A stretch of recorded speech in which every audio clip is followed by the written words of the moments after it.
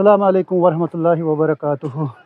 नाज़रीन को हमारी तरफ से गुड मॉर्निंग और आदाब। जो भी हमें देख रहे हैं, it is a privilege that हमारे साथ आज कश्मीर के रिनाउंड एंडोक्रिनोलॉजिस्ट हैं और एज़ वेल एज़ हमारे साथ रिनाउंड पल्मोनोलॉजिस्ट हैं। ये आज पहली बार होगा कि एक कोर्ट पे दो बड़े डॉक्टर्स हैं कश्मीर वैली के, जो जो रिनाउंड डॉक्टर्स हैं। हम आज का जो टॉपिक है हमारा वो है डायबिटीज़ एंड स्पोर्ट्स के बारे में। तो हम डायबिटीज़ के बारे में डॉक्टर साहब से पूछेंगे। Doctor Sharik Masoodi, it's a privilege that you are here at NIT court. और डॉक्टर साहब एक अजीम शख्सियत रह चुके हैं। न सिर्फ ये डॉक्टर है बल्कि ये ट्रैकर भी हैं और इनको माउंटेन मैन के नाम से भी जाना जाता है। डॉक्टर साहब को माउंटेन से बहुत खुशी मिलती हैं, यानी कि ये इतने इंटरेस्टेड हैं ट्रैकिंग में कि आप इनको सोशल मीडिया पे हमेशा देखते होंगे। एक तो ये मेडिकल टिप्स देते हैं, एज़ वेल एज़ ये लोगों को ऐसे टिप्स देते हैं जो बहुत फ़ायदेमंद हो। साइमल्टेनियसली हमारे साथ डॉक्टर नवीद नज़ीर हैं। ये दोनों तारुफ के मोहताज नहीं हैं। एक रिनाउंड पल्मोनोलॉजिस्ट हैं, हेड ऑफ़ डिपार्टमेंट हैं चेस्ट डिजीज़ हॉस्पिटल श्रीनगर के।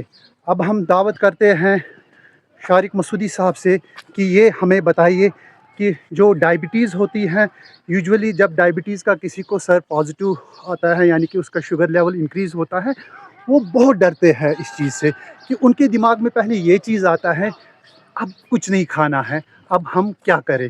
तो इस मुतल्लिक आप बताइए कि लोगों के जो वलवले हैं होते हैं आफ्टर डायबिटीज़, उनको थोड़ा सा आप दूर कीजिए। पहले मैं आपको शुक्रिया अदा करूंगा, आपने मुझे मौका दिया, बहुत अच्छा लगा। नवीद साहब तो पुराने दोस्त हैं, नए दोस्त मिले आज। तो क्वेश्चन ये है कि डायबिटीज़ से कैसे बचा जा सकता है, डायबिटीज़ होगा तो क्या कर सकते हैं। पहले मैं बता दूं, डायबिटीज़ एक बेसिकली जब हम डायबिटीज़ बोलते हैं, हमारा मतलब होता है डायबिटीज़ मेलाइटस, क्योंकि एक कोई और डायबिटीज़ इंसिपिडस भी होता है। और जब हम डायबिटीज़ मेलाइटस को बोलते हैं तो इसके बहुत से कॉज होते हैं। टाइप 1 है, टाइप 2 है, अदर टाइप्स हैं, जेस्टेशनल डायबिटीज़ है। लेकिन जब हम डायबिटीज़ बोलते हैं, हमारा मतलब होता है डायबिटीज़ मेलाइटस, वो भी टाइप 2। क्योंकि अगर आप एशिया में 100 डायबिटीज़ लोगे तो 100 में से 90 को टाइप 2 होगा। तो जो भी आप सुनते हैं किसी को डायबिटीज़ है तो वो होता है टाइप 2 डायबिटीज़। तो इसका मतलब जो मैं बातें कर रहा हूँ वो स्पेसिफिकली टाइप 2 के बारे में। तो टाइप 2 डायबिटीज़ एक ऐसा डिजीज़ है जो ऑब्वियसली क्रॉनिक है। क्रॉनिक डिजीज़ आपको पता है इंसिडियसली आती है, पता नहीं कब हो गया, और कोई स्पेसिफिक सिम्टम होती नहीं। रफली 100 में से 5-10 को कुछ सिम्टम्स होंगी, अदरवाइज मोस्ट ऑफ टाइम्स जब हम रूटीनली टेस्टिंग करते हैं पता चलता है। तो नॉर्मली शुगर जो होती है फास्टिंग होती है हमारे 100 से नीचे, और अगर हम कुछ भी खाएं तो 2 घंटे के बाद 140 से नीचे रहेगी। तो जब शुगर फास्टिंग 100 से ज़्यादा जाए तो 126 तक इसको बोलते हैं IFG, इम्प्योर फास्टिंग ग्लूकोज, या जो प्री डायबिटीज़ किस्म है। तो 126 या उससे ज़्यादा आए तो उसको हम डायबिटीज़ बोलते हैं। इस तरह खाने के बाद नॉर्मल है 140 तक, तो 140 से 199 तक हम बोलते हैं IGT, इम्प्योर ग्लूकोज टॉलरेंस, या वो भी एक प्री डायबिटीज़ की एक कैटेगरी है। तो अगर 200 से ज़्यादा आता है कुछ भी खाने के बाद, रैंडमली आता है, तो वो हुई डायबिटीज़। एक और तरीका डायबिटीज़ जानने का, उसके लिए हमें टेस्ट करते हैं HbA1c, ग्लाइकेटेड हीमोग्लोबिन A1c। तो वो नॉर्मली होते हैं 5.7 से नीचे, तो 5.7 से 6.4 तक हम % को बोलते हैं प्री डायबिटीज़, और 6.5% से ज़्यादा बोलते हैं डायबिटीज़। पहला क्वेश्चन है कि डायबिटीज़ किसको होता है। यूजुअली जिनको फैमिलीज जो होती है, अब सबको नहीं होते, बट 50% में तो होता है फैमिलीज में, किसी को, बाप को, अंकल को, किसी को होता है डायबिटीज़, सिबलिंग को। दूसरा ये कि विद एज तो वैसे हो जाता है। तो नॉर्मली पहले इसको बोलते थे, इसका पहला नाम था maturity onset diabetes, MODY maturity onset diabetes. फिर इसका नाम पड़ गया NIDDM, non insulin dependent diabetes mellitus, आप इसको बोलते हैं टाइप 2। तो अब हम देखते हैं कि मेरा जो एक रजिस्ट्री है उसमें तो यंग बिलो 25 ईयर्स भी हो जाता है। तो फैमिली अगर हिस्ट्री में है, अगर आप ओवरवेट या ओबीस हैं, नॉर्मल वेट हमारा BMI जो है एशियन का 23 तक, 22.9 तक होता है। तो 23 से बॉडी मास इंडेक्स अगर आपको आ जाता है 27.5 तक, जब हम इसको ओवरवेट बोलते हैं। 27.5 से हम बोलते हैं ओबीस। तो वेस्टर्न में हम 30 से ओबीस बोलते हैं। तो जिसका ओवरवेट ओबेसिटी उसको भी ज़्यादा चांस है।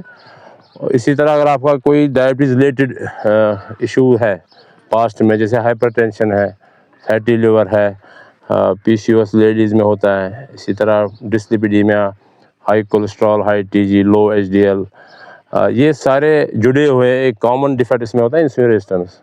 तो जिसको ये है तो इसको ज़्यादा चांस है डायबिटीज़ के होने के। तो अगर डायबिटीज़ हो गया तो इसमें घबराने की बात नहीं कि मेजॉरिटी ऑफ द डायबिटीज़ अगर हम अर्ली स्टेज में पकड़ना है तो उनको हम कंट्रोल का रिवर्स भी कर सकते हैं। अब रिवर्स मेडिकल टर्म नहीं है, हमारा मेडिकल टर्म है रेमिशन।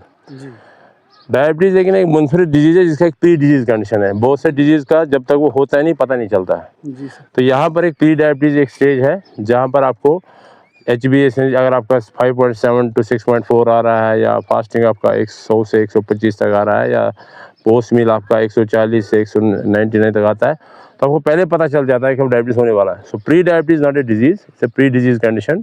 बहुत से लोग मेरे को कॉन्टैक्ट करते हैं, मेरे को प्री डायबिटीज़ हो गया, तो घबराते हैं। एक्चुअली प्री डायबिटीज़ होना एक अच्छी बात है जी, क्योंकि आपको पहले वार्निंग मिल जाता है, डायबिटीज़ होने का चांस है।